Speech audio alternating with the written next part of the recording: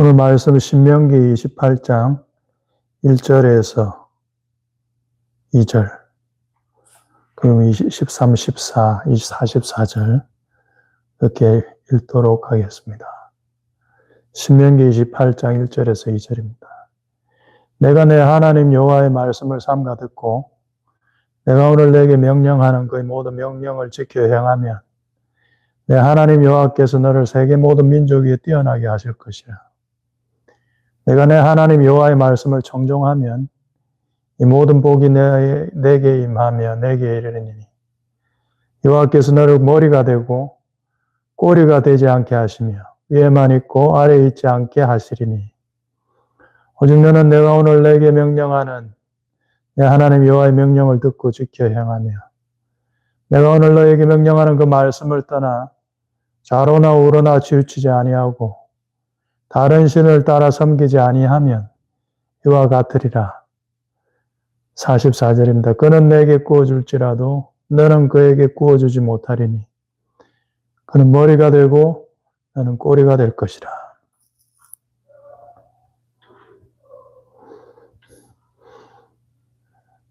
최근에 이 번영하는 법에 대해서 관련된 책들과 유튜버를 좀 봤었습니다. 강의 같은 거. 압축해서 말하자면 돈을 많이 버는 법 이런 거죠.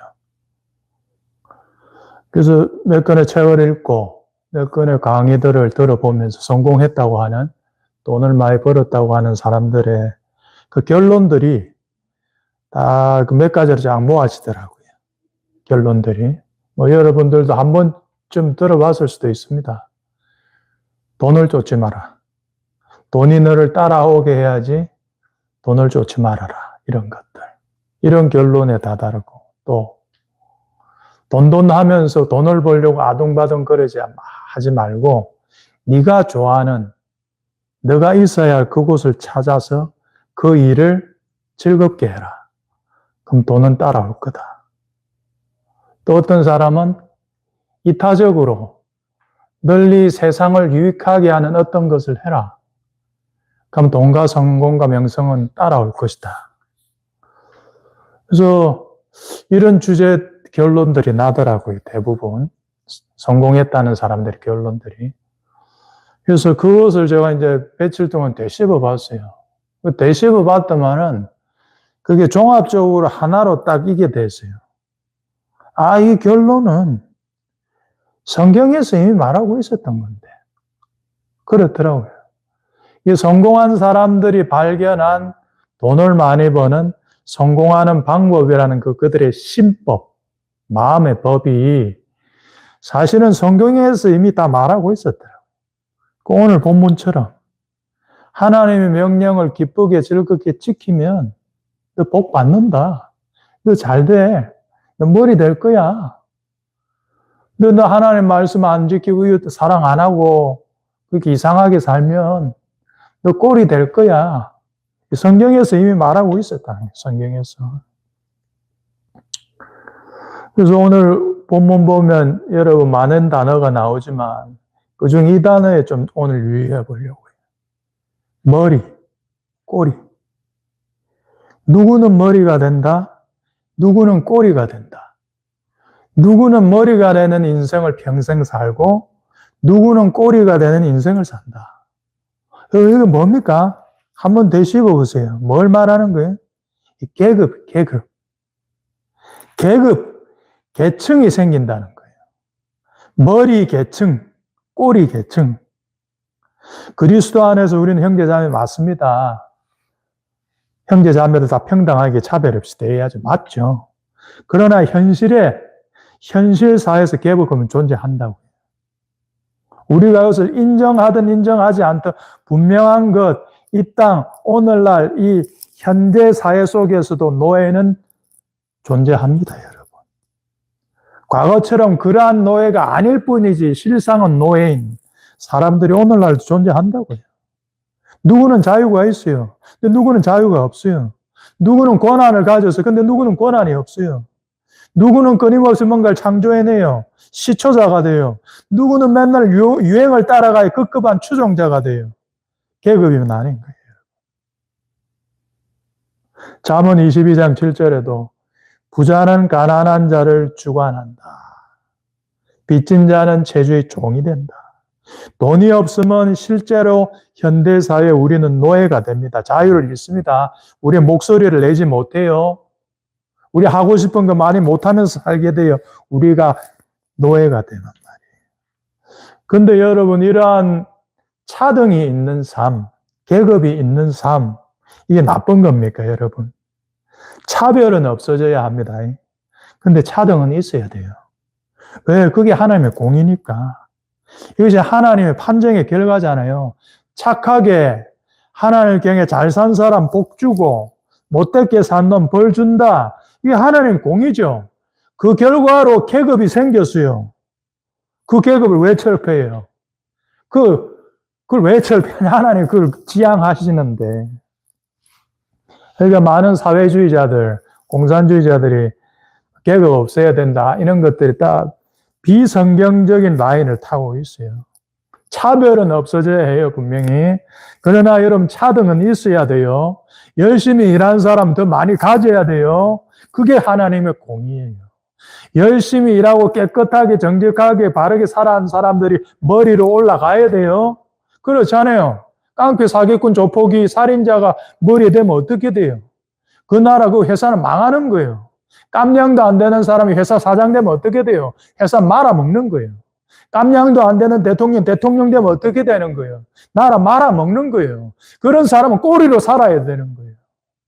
하나님을 경외하는 사람, 정직하게 살아온 사람, 자기 자리를 지켜온 사람들은 머리로 올라가야 되는 거예요.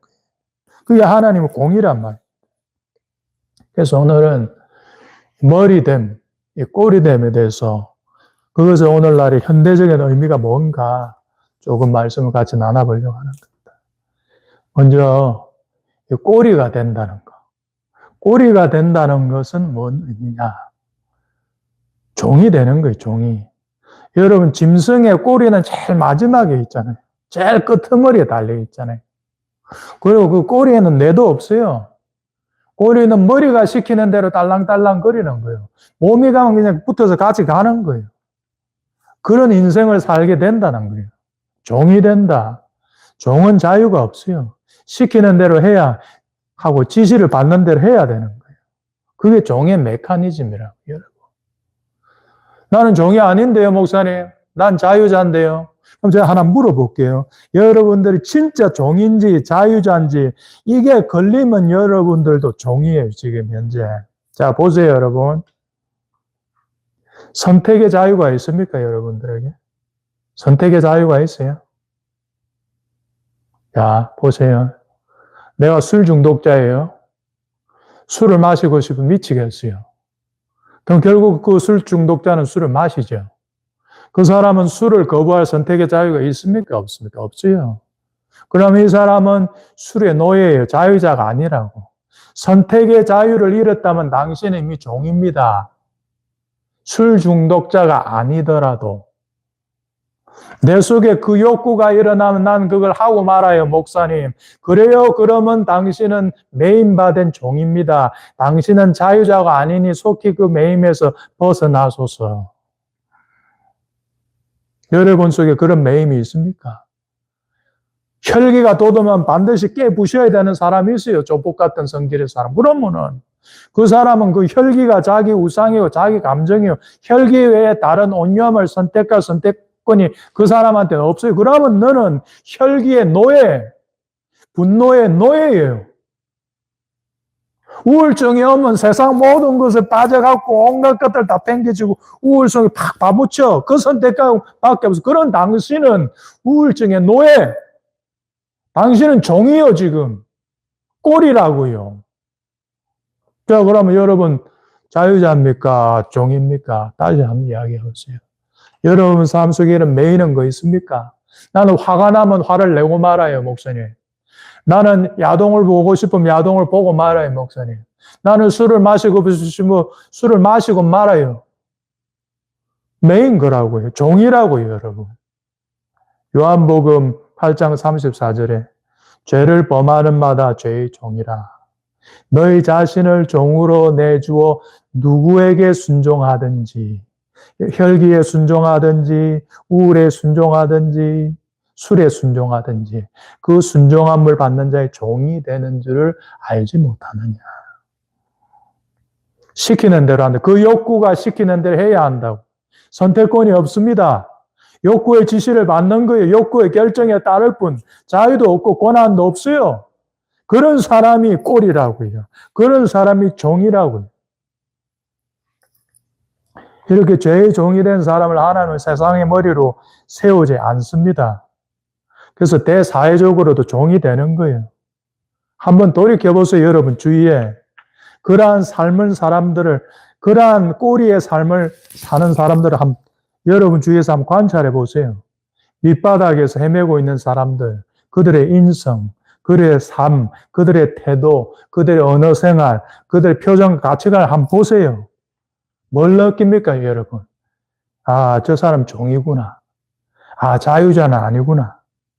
아, 뭔가 운명적인 것에 묶여서 패배적으로 살아가는구나. 그게 우리가 느낌이 온다, 우리도. 그 사람들의 인간으로서 어떤 고귀함을 잃어버린 거예요. 네가 선택한 귀결로 너의 존엄을 잃었어요. 천박해졌어요. 고급 옷과 화장으로 가려도, 학벌과 돈으로 가려도 그 천박함이 흘러나오고 정상적으로 삶을 살아온 사람들은 그 아우라를 느낀단 말이죠. 여러분 주위에 한 분야의 머리에 오른 사람들 본 적이 있습니까? 여러분 주위에 머리로서 살아가는 사람들을 볼 수 있다면 그건 축복입니다, 여러분들에게. 그런 사람들에게서 흘러나는 아우라 같은 것들이 있어요. 그래서 잠언 13장 18절에 훈계를 저버리는 자에게는 궁핍과 수욕이 이르거니와 경계를 받는 자는 존영을 받는다. 경계를 받아들이면 하나님의 말씀에 비추는 삶을 살아가면 그 사람은 존영을 잃지 않습니다. 근데 잠언 5장 9절 보면은 두렵건대 내 존영이 남에게 잃어버리게 될 수도 있다라고 이야기하고 있어요. 그게 종의 운명을 사는 사람, 꼬리로서 평생을 살아온 사람들에게는 이런 것이 없어요. 그리고 여러분 꼬리는 또 어떻습니까? 자기 결정권이 없어요. 머리가 다 결정하고 꼬리는 따라갈 뿐이죠. 흉내만 낼 뿐이라. 자신의 자기 생각, 자기 스타일이 없다고요. 자신이 생각이 없다는 거 뭡니까, 여러분? 앵무새죠, 앵무새. 앵무새는 뭡니까?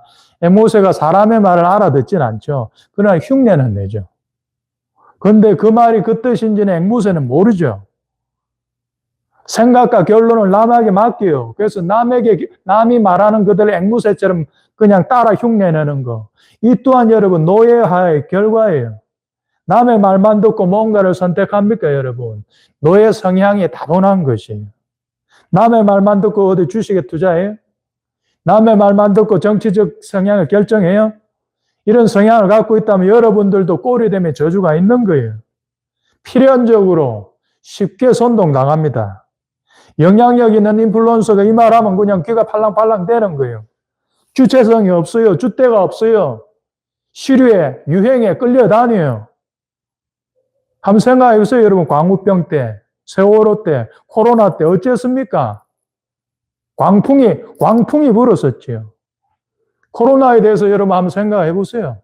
그때 어땠습니까? 백신 안 맞으면 쳐 죽일 놈이었잖아요. 무슨 반동분자였어요.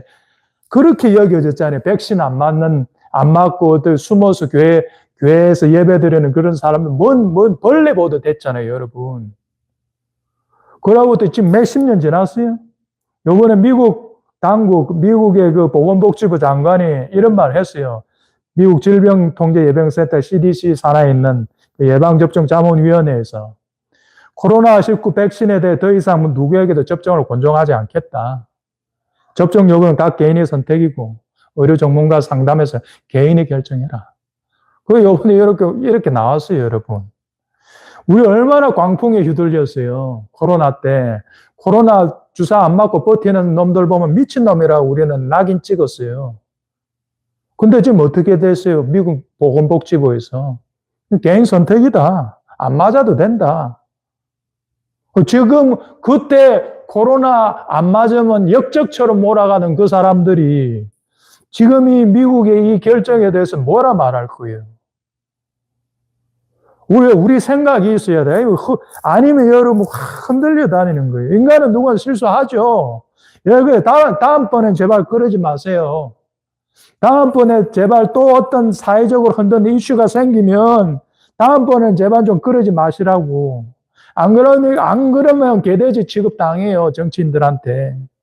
잔인한 자가 갖고 논다고. 왜 우리의 존영을 우리가 남한테 줘버리니까.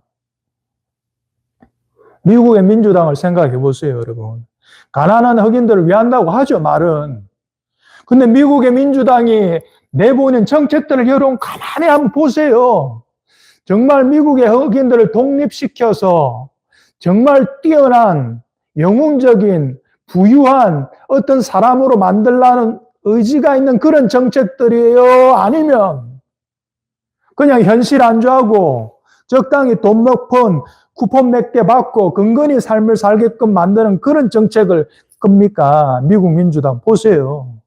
가난을 고착화하는 정책들을 낸다니까요. 돈 몇 푼 주고 피해자 프레임 씌우고 정작 마약은 안 막아. 그리고 마약 범죄자 낮은 형량을 때립니다. 인권이라고 하면서 10대들 동거, 임신, 낙태, 가출 다 허용해요. 그러니까 흑인 가정들이 다 무너지고 마약에 무너지고 돈 몇 푼 받아서 마약 먹고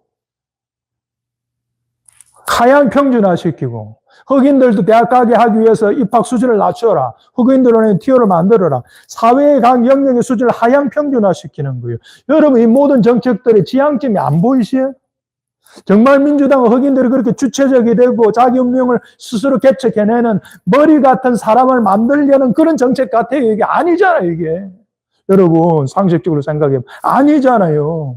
그들은 결코 미국 민주당은 흑인의 학벌이 높고 부한사회로 만들고 싶은 마음 1도 없습니다. 그냥 자기들한테 의존해서 질질질질 끌려가게 만들고 싶을 뿐이에요. 그들을 계속 종의 상태, 부족한 상태로 있게 하고 싶은 거예요, 그들은. 그래, 표가 거기서 나오니까. 그래서 이 꼬리로 살아가는 사람들은, 한번 생각해 보세요, 여러분. 평생을 꼬리로 살았어요. 그럼 그 의식구조가 어떻겠어요? 꼬리로 살아온 사는 삶의 그런 의식. 항상 그 패배의식이 있죠. 합리화하죠. 변명과 비난이 몸에 뺐죠. 특정 그룹을 마녀 사냥하죠. 부자들을 싫어하죠. 자신이 머리가 되어야 되겠다는 것은 생각조차 못합니다. 그리고 자기가 머리가 될 수 없겠구나 하고 직감적으로 느끼는 거예요. 그래서 이 모든 게 결국 어떻게 된다는 게 숙명적으로 느껴지는, 자기한테 운명적으로 느껴지는, 나는 이제 평생 이제 꼬리로 살아야 되는구나. 넘지 못할 벽이 내 앞에 있는 것처럼 그렇게 된단 말이에요. 그래서 항상 남의 밑에 들어가려고 하죠. 남의 밑에 들어가는 형태로 안정을 취하며 살려는 그런 성향들을 보입니다. 자신으로서는 개척해내고 싶은 의지와 힘과 아이디어가 없으니까요. 그래서 여러분, 머리는 진짜 머리처럼 생각하고 꼬리는 꼬리처럼 생각해요. 이게 무서운 것이라고. 적응하며 살아간다는 것이 이렇게 무서운 것입니다. 꼬리로서 살아가면 근원적인 질문들을 던지지 못해요. 나는 누구냐? 내가 어떻게 살아야 될까? 이런 근원적인 질문들을 던지지 못합니다. 근원적인 질문을 던지는 것을 사치라고 하지요. 철없다고 하지요. 이런 질문을 던지는 것을, 그 질문 던지는 자를 막지요. 제한하지요. 그래서 자신이 평생 꼬리로 살아온 사람들은 약순환이 이어지는 것은 자녀들도 꼬리로 살아가도록 교육하고 지도합니다. 악한 대물림이죠. 가난의 대물림이 되는 거예요. 자식들의 진로를 우리가 어떻게 그간 이끌어 왔어요, 여러분? 우리가 어떻게 이끌었어요? 꼴이 되라고 했잖아요. 노예로서 살아라 그랬잖아요. 안전빵으로, 안정적으로 많은 사람을 가는 길로 자식들을 꾸겨 넣었잖아요. 나의 자녀들을. 안정적인 길을 추구하도록 종이 되라고 자식들을 권유했어요, 우리들이. 자식들 속엔 야성을 거세시키고, 기성교육의 틀 안에서 자식들을 집어넣었단 말이에요. 그 직업의 카테고리 안으로 꾸겨 넣었어요. 그 낮은 목표치를 제시했어요. 대기업 들어가라. 연봉 6천, 7천 받아라. 그들의 가능성을 제한했어요. 꼬리인 부모들이.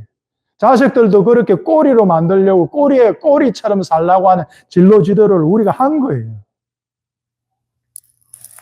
근데 여러분, 하나님은 그러한 그 지도들을 기뻐하지 않으세요.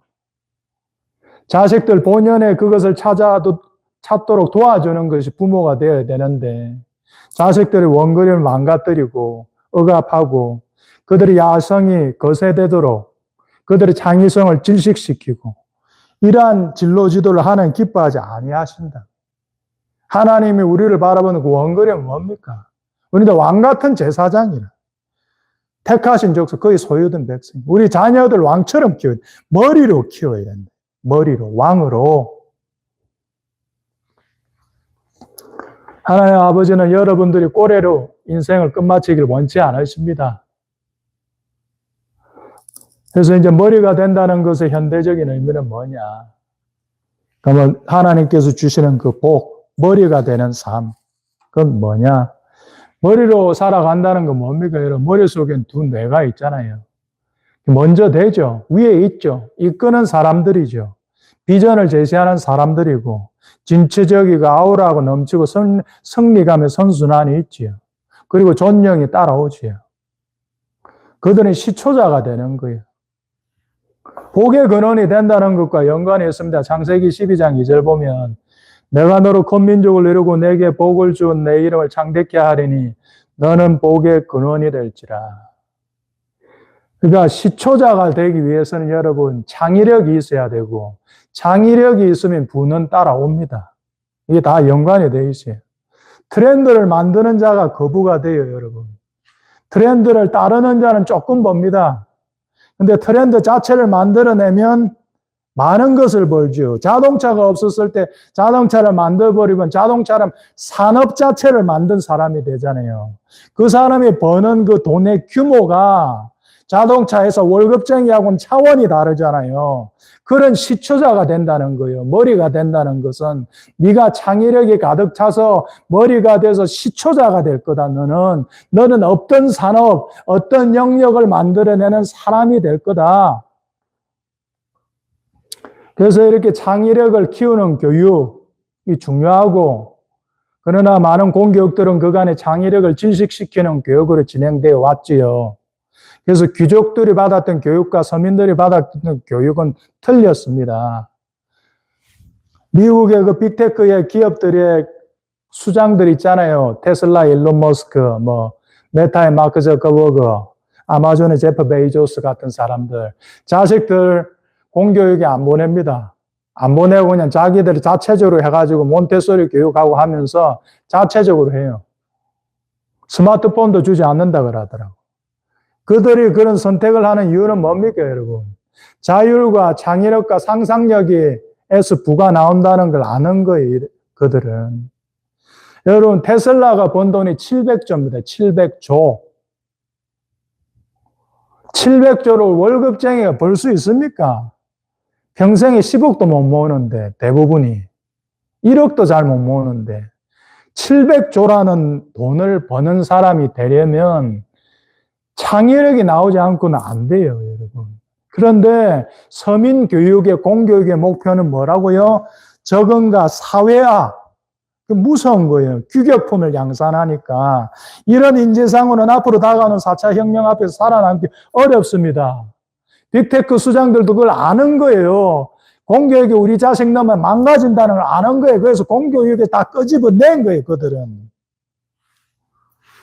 여러분, 그들은 머리잖아요. 현재 오늘날 현대사회에서 일론 머스크는 머리잖아요. 동의하세요? 그들은 머리예요. 머리들은 자식들도 머리로 만드는 법을 아는 거예요. 그래서 공교육에 안 넣는 거예요. 그런 700조라는 돈을 버는 사람은 공교육을 통해서 나오기 어렵다고 그들은 알고 있기 때문에 자녀들에게 전혀 다른 교육들을 시키고 있다고요. 저는 그런 공교육을 박차고 그런 교육을 하는 그 빅테크의 수장들의 용기에 저는 박수를 보내고 싶어요. 기성교육은 가능성을 제한해요. 사회적 틀에 맞추니까 자식들을 너무 작게 만든다고요. 연봉 6천, 7천에 만족하게 만든다고. 공교육 체계는 창의성을 억누른 체계라고 그들은 보는 것이에요. 그들 자식을 절대 그런 교육을 안 시키는 거예요. 유행을 따라가면 여러분 적게 벌고 유행 자체를 만들면 크게 법니다. 가장 중요한 것은 대학에서 가르쳐 주지 않아요. 대학은 학위 주는 것 외에는 별 유능한 것이 없어요. 요번에 미국 AI 기업의 수장인 팔란티어 수장 알렉스 카프 CEO도 그런 말을 했잖아요. 대학은 고장났다. 대학 무용론. 대학이 주는 건 학위밖에 없어요. 실제로 삶을 살아가는 법, 어려움을 극복하는 법, 돈을 버는 법은 대학에서 가르쳐 주지 않아요. 왜? 교수들이 그걸 못하니까. 교수들이 돈을 많이 번 사람들은 아니잖아요. 사실 생각하면 진짜 필요한 것들이 학교에서 배웠습니까, 여러분? 다른 데서 배웠죠. 그런데 우리 한국은 뭐 어때요? 아직도 우리는 대학 하고 있다고. 대학 4년 배운 거를 이제는 못 살아가요, 여러분. 여러분, 우리 주위에 큰 부자 있습니까? 큰 머리 같은 큰 부자들 있어요, 우리 주위에. 거의 없죠? 우리 주위에 없잖아요. 우리 부모들은 큰 부자였어요? 머리로 살아있었어요? 아니죠? 그러니까 그들은 우리한테 머리로 사는 법을 제시를 못 해주는 거예요. 자신들이 머리로서 살아본 적이 없으니까. 자식들이 잘 되기를 바라는 선의는 있었어요. 선의는 있었는데 그들의 세계관 아래서 제일 좋은 거는 그냥 공무원 돼서 안정적인 월급 갖고 사는 거였어요. 그래서 그들은 악의는 없었는데 그러나 그 세계관은 한계가 있었다. 대기업 취직해서 공무원이 돼서 뭐 퇴직할 때까지 1, 20억 모으고 은퇴하고 이것이 그들의 꿈이었고 그러한 꿈들을 자식들에게도 푸시했고 강요했고 한풀이하는 인생으로 살았다는 부모가 자식 교육을. 그런데 한국은 창의력을 말살하는 그런 사회구조를 갖고 있어요. 창의력을 튀는 것을 보면 찍어 누리려고 해요. 조금만 달라도 교정하려 들잖아요. 한국에서는 체제 부적응자로 그들을 몰아가잖아요. 잘 평가해줘야 괴짜 정도 취급받을 거예요.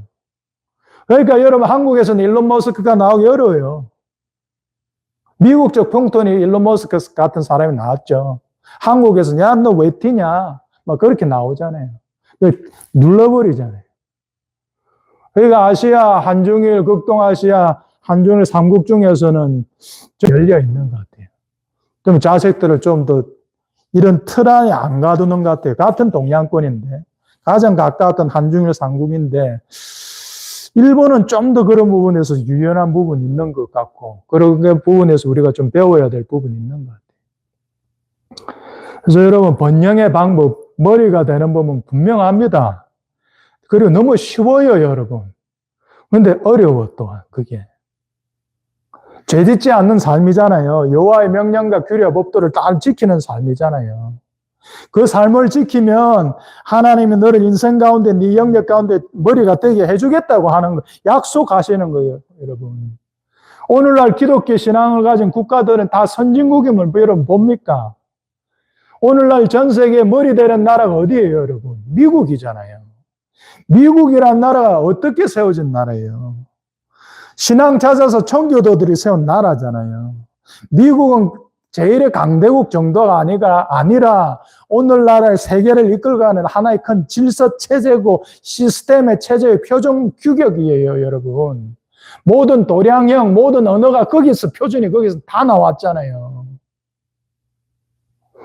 이때 현대 사회 속에서 가장 생활에 유용한 많은 무수한 발명품들 누가 다 발명했어요, 여러분? 그 동양에서 나왔어요, 서양에서 나왔어요. 핸드폰부터 자동차, 비행기, 컴퓨터, 인터넷 누가 다 발명했어요, 그거. 서양 기독교 세계에서 다 나왔잖아요. 그러니까 서양이 머리가 됐던 거예요, 그간에. 근데 머리가 됐지만 이제 머리가 안 되고 꼴이 될 수도 있어요, 서양도. 항상 평생 머리가 되는 건 아니에요. 여호와의 명령 버리고 타락하면 꼴이 될 수도 있어요. 꼬리로 살아왔지만 여호와의 명령 법도 지키고 살면 머리가 될 수도 있어요.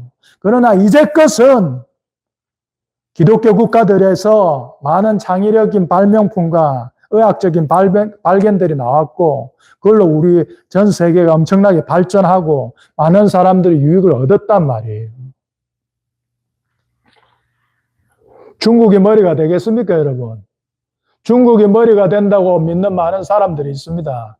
중국이 제일 가는 국가가 될 것이다. 안 됩니다, 여러분, 중국은. 요번에 지하교회 핍박하고 에스라 진 목사라고 김명일 목사님, 조선족인데 중국 지하교회, 시온교회 제일 큰 교회인데 그 핍박하고 다 잡아들였어요, 이번에. 중국 공산당 자체적으로 이상한 선결을 만들었어요. 여러분, 그런 행동 하나하나가 다 하나님께 맞서는 형국인데 이런 형국을 가진 이런 나라가 머리가 되겠습니까? 안 되죠. 꼬리가 되지요. 중국 사람들 미워해서는 안 돼요. 중국 사람들 차별해서는 안 돼요. 그러나 중국을 이끌고 가는 그 머리라는 그 체제, 공산당들은 잘못된 거예요. 그들의 가치관과 그들이 추구하는 바는 잘못되었다고요. 중국은 머리가 될 수 없어요. 오늘 말씀에 비춰보면 중국이 왜 머리가 되겠어요?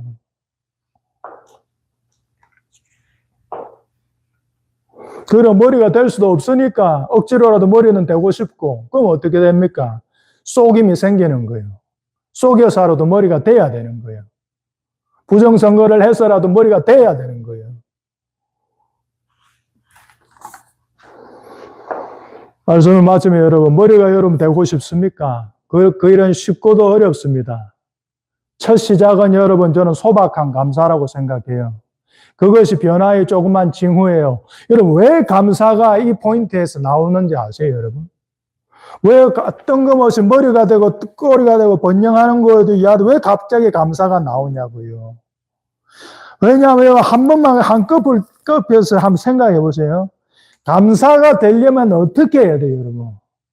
감사가 되려면 하나님을 향한 내 마음이 풀려야 감사가 되는 거예요.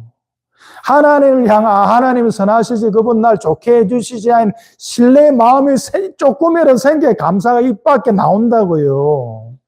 하나님이 섭섭하고 하나님이 이해가 안 가면 감사가 입에 혀끝에서 절대 안 나온다고요. 그러니까 마음 자체가 준비가 안 됐는데 이 사람이 하나님의 명령과 규례와 법도를 지키겠습니까? 안 지키지요. 그건 자연스러운 논리의 로직의 결과지요. 감사가 안 나오는데 어떻게 말씀을 지켜요? 안 되지요. 소박한 감사가 우리 삶 가운데 올라봐야 돼요. 소박한 감사가 한국 사람들 특히 잘 안 되는 이유는 변명거리를 찾으려는 게 아니라 저는 그 유교적인 영향도 있다고 생각해요. 유교는 뭡니까, 여러분? 입심양명, 큰 것을 추구했죠. 대의를 추구하죠. 작은 거, 소소한 거 무시하죠. 그렇지 않습니까? 동메달 무시하죠. 동메달도 세계에서 세 번째로 잘하는 사람인데 동메달도 무시하고 금메달 1등밖에 안 알아주는 세상. 큰 거 아니면 크게 성공한 거 아니면 피식 웃는 그런 세상, 그런 마인드.